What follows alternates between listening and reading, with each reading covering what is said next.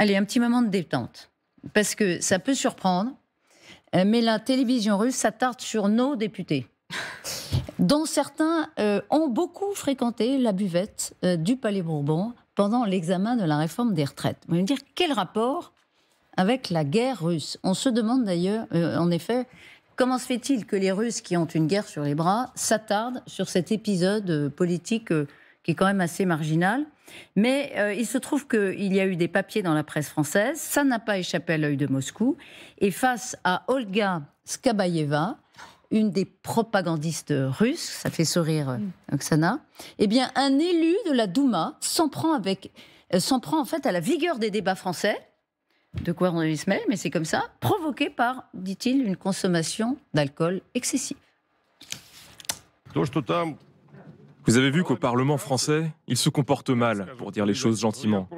En tant que député de la Douma, je peux vous dire que pendant tout le temps que j'y ai passé, ici en Russie, je n'ai jamais vu personne en session plénière, pendant les heures de travail, qui ne serait-ce que sentait l'alcool.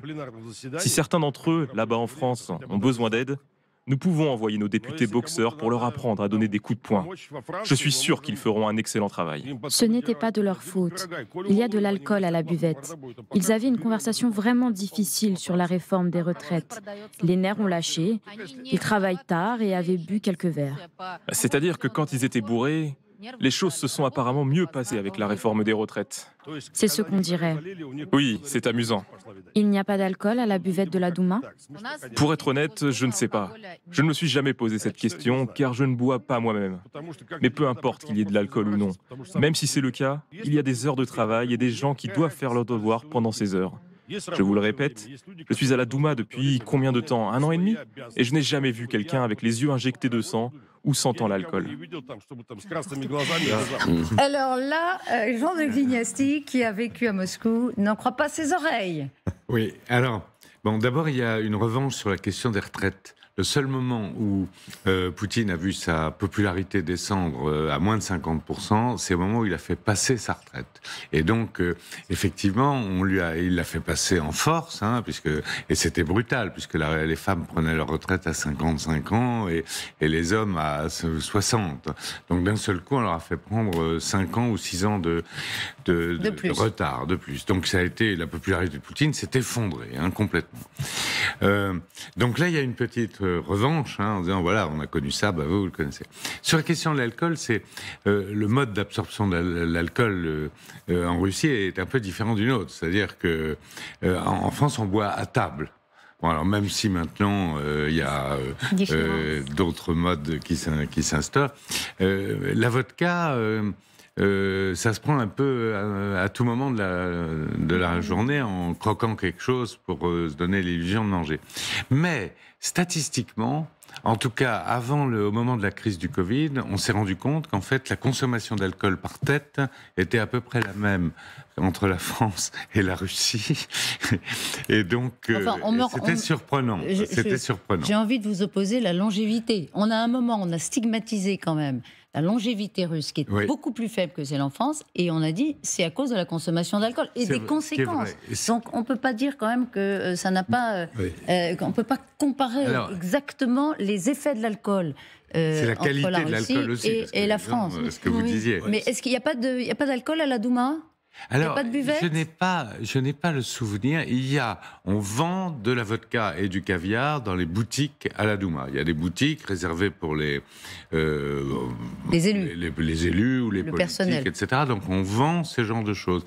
À la buvette, j'y suis pas allé, donc je peux pas témoigner. Et puis il y avait un petit sourire quand même un peu narquois de la présentatrice quand elle entendait dire son député, moi je bois jamais. Ouais. Elle avait l'air de dire, alors là tu te fous de nous, il avait la on n'en tête, croit pas une seconde. Hein, il n'avait pas la tête d'un... Avant la séance, si, tout à l'heure. Voilà, exactement, il ne faut pas avoir la buvette à Douma, il boit le vodka dès le matin, donc ça va. Mais oui, c'est pas la quantité de l'alcool, c'est la qualité de l'alcool qui compte. Le vin, ça ne détruit pas les neurones, tandis que vodka, ça détruit les neurones comme tout l'alcool fort.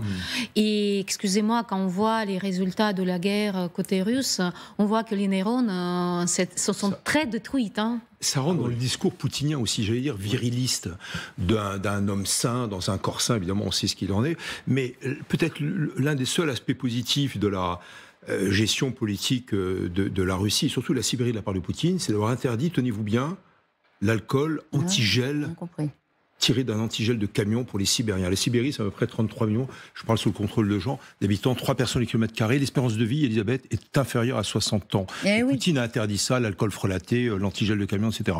Mais bon, évidemment, tout ça, c'est la propagande, parce que, comme je le disais, on boit avant la Douma et après la Douma et sur la ligne de front. Mais les soldats de Wagner qui se battent sont souvent totalement... Vous savez, j'y répondrai au lieu... Alors, on a réglé leur compte aux Russes, effectivement, ils picolent, pardon, et pas qu'un peu, de la vodka, mais ça vous surprend pas quand même que la télé russe consacre quelques instants comme ça, quelques minutes à cette affaire? Vous l'avez dit, il y a une revanche sur la retraite, mais surtout aussi pour fustiger le modèle, encore et toujours. C'est pas nouveau. Et la télévision russe exploite les moindres failles, si je puis dire, les moindres événements qu'ils peuvent exploiter, qui se passent non seulement en France, mais en Europe d'une façon générale. Le but, c'est de favoriser les problèmes, les questions internes et les divisions, non seulement entre pays européens, mais à l'intérieur des pays européens. Donc l'exploitation, par exemple, qui a été faite des gilets jaunes par la télévision russe a été très démonstrative de ça.